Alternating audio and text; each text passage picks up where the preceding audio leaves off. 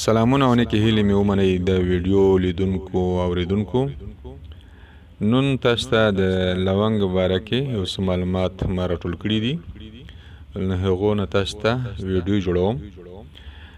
لونګ د طبیعي بوټو نه ډېر یو مهم بوټی ده او که چیرې تاسې په استعمال بلد شئ او استعمال طریقه یې زده کړئ، نو الله پاک به تاسو ته ډېرو مرضونو شفا درکړي.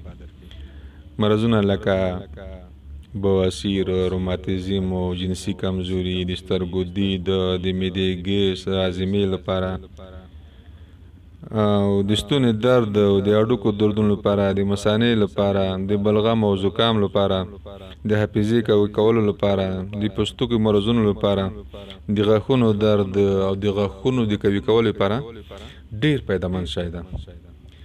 نو طریقه یې داسې ده، که چیرې تاسو غواړئ چې د لونګو دانو نه کار واخلئ، د ماښام وخت کې یعنې سر له ماښامه یو څه لونګ باید تاسې په شیدو، یو ګیلاس شیدو کې ګډ کړئ، تر سهاره پرې پرېږدئ، نو سهار لمالې وڅښئ.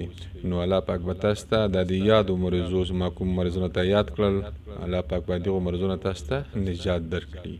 نو ملګرو دا ویډیو سره شیر کړئ تر څو ټول مسلمانان ګټه تر واخلي.